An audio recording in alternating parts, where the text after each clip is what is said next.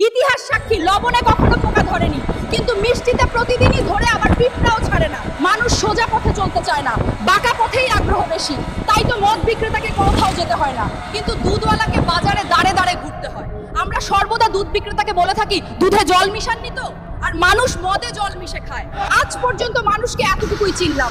কচু পাতা দেখেছেন নিশ্চয়ই, ওপরে সবুজ আর ভেতরে চুলকানিতে ভরা। ঠিক তেমনি কিছু মানুষ আছে, বাইরে থেকে দেখতে ভীষণ সুন্দর পরিপাটি, কিন্তু ভেতরটা আবর্জনায় ভরা। সাপ দুধ খেয়ে বিষ উগড়ে দেয়, আর গরু ঘাস খেয়েও দুধ দেয়।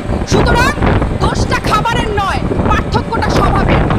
নিজের যোগ্যতা নিয়ে কখনো অহংকার করবেন না। মনে রাখবেন, পাথর কিন্তু নিজের ওজনের জন্য জলে ডুবে যায়। কি আজব দুনিয়া জানেন? যার চোখে ঘুম আসে তার কাছে ভালো বিছানা নেই, আর যার কাছে ভালো বিছানা আছে তার চোখে ঘুম নেই। যার মনে দয়া আছে তার কাছে দেওয়ার মতো কিচ্ছু নেই, আর যার কাছে দেওয়ার অনেক কিছু আছে